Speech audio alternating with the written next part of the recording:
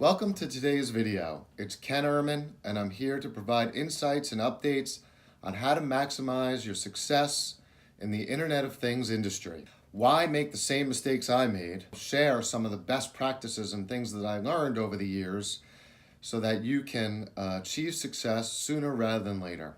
This particular video is about how to maximize your time at trade shows, whether you're a participant or an exhibitor. So when you attend a trade show, you have to accomplish two things. One is establish significant and important industry connections. It represents a great opportunity to meet face-to-face the industry thought leaders, industry business leaders, all the major players in your industry should be at the important trade shows. And those types of trade shows usually happen once or twice a year in your industry. Do not miss out on the opportunity to attend these trade shows, even if you're not going to exhibit. If you are going to attend, in order to get the most out of it, make sure that not only do you visit with your suppliers and partners that might be attending to expand on your relationship with them, but also visit with your competition. So in one case, when I was in the UK, for example, and I went to go visit Crown, which had a competitive product to ID Systems called Infolink, I wanted to get as much due diligence on their system as possible. So I went to the conference, tried to visit an exhibition that they were doing, but believe it or not, they recognized me. So they kicked me out of their presentation. So that can happen when you're trying to do due diligence on your competition. So it's important to have industry consultants or other relationships who you have who are attending the conference to go and meet with your competitors and get as much information out of them as possible. Remember, if they tell you something there, it's not considered confidential. So you should ask them how they're doing, what they're doing well, what their weaknesses are, what their plans are for the next few years. The more questions you ask, the better. And at a trade show, people tend to over-divulge and over-provide information.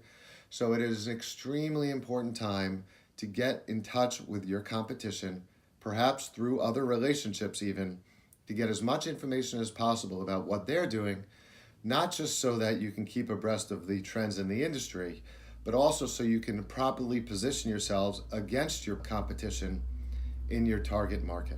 It's also important to go visit with your partners and suppliers who might be attending. Don't be shy. Wait around. Ask to meet the president. Ask to meet the CEO. Ask when the president and CEO will be attending, when they'll be at the booth. It's very important to use these opportunities to establish in-person, face-to-face relationships with the top executives at your suppliers and partners. So what I used to do is try to establish those meetings in advance, but that's not important. You don't have to. You could just show up at the booth, ask for the executives, even if you don't know them. That's why they're there. So they're happy to meet with you. They want to hear your experience as a customer, as a supplier, as a partner. They want to hear about your plans and objectives. So don't be afraid to ask for the C-level people you want to meet to raise your visibility within the suppliers or partners organization. Trade shows are a great opportunity for that. In addition, make sure to attend as many of the seminars or kind of presentations as possible. Oftentimes, just being on the trade show floor provides a certain type of a connection capability, but going to those seminars is also very important. And if you're an exhibitor, making sure to pay a little bit extra to have the opportunity to do a presentation is very important. What you end up having is 50 to 100 people in a captive audience, all listening to your story. So if you're attending, you can listen to that CFO or CEO or head of marketing talk about their business, but don't just listen. Think of important or pertinent questions while you're there, because the most important part of attending those seminars is what happens after them, where you go up and talk to the person who's presenting. That is very important. Make sure to talk about what your business does to pique their interest, but at the same time, It's important. People like to get feedback on any presentation they just did. So as part of your initial dialogue, talk about what you liked about what they said, what you found intriguing about what they said, and again, then talk about the opportunity between you and their organization to work together. While you have that person face to face is also the time to close on a next meeting. Set a time, whether it's a week from now or 2 weeks from now, to get back together and talk further in greater length about what you just began. So give them a little bit of a teaser. Make sure you find something to connect with so that you could set up that follow-up meeting. And at the same time, even if that person isn't the exact person you need to speak with, they can help make an introduction. Introductions are a great way to make it seem like you have had a relationship with that person. If they put their name on the line to make an introduction for you, the person they introduce you to is usually much more likely to give you the time and interest because they think you have a relationship with the CEO or CFO.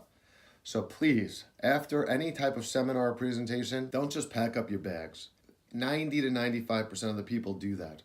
Get up, go meet that person, and really establish a relationship. Give them your card, ask for theirs, because this can be the beginning of something valuable for both of you. So in addition to attending the seminars, there's also usually a after hours type of party. That's very important. Go meet with the people who are putting on the trade shows. Penton Publishing usually is one who does it. Oftentimes there's an event coordinator or a key event coordinator that's leading up the entire trade show. They'll typically be aware of various after parties or after meetings. Usually the bigger sponsors of the events have after parties or after meetings. Resist the temptation of going back to your hotel room. Don't do it. Don't explore the city, although it could be very interesting. Go to those after parties. It's a great opportunity to meet people. It's a great opportunity to not just talk business, but to maybe have a drink with someone, get to know them personally. Usually, just as lost as you might be in a conference, they're just the same. So if you kind of go up to them, make them feel at ease, talk to them about something they can relate to, this is a great opportunity to build a one-on-one relationship with the thought leaders or executives in your industry. So now that the trade show is done, what typically happens is you go back to doing your normal routine. You fly back, you go back to your office, and then everything's back to the way it was before the trade show. All the momentum, all the enthusiasm the team had about how that was the best show goes away the day you get back to your office and get stuck in your typical routine. You can't let that happen. You have to follow up with the leads and the contacts that you made at that trade show within the first week of the trade show. It's not like dating. You don't want to be playing hard to get. You want to get right back in front of these people, establish times on their calendar, even face to face, but at a minimum over the phone to keep that momentum going. 2 weeks later, 4 weeks after the show, a month and a half after the show, people have already forgotten about who they met, and it's so easy to get back into your normal routine. Don't let that happen. I'm warning you. So that's the way you can get the most out of your trade show experience. Please continue to follow me on the Ehrman list at www.kenehrman.com, and I look forward to keeping you apprised as things progress. Thank you.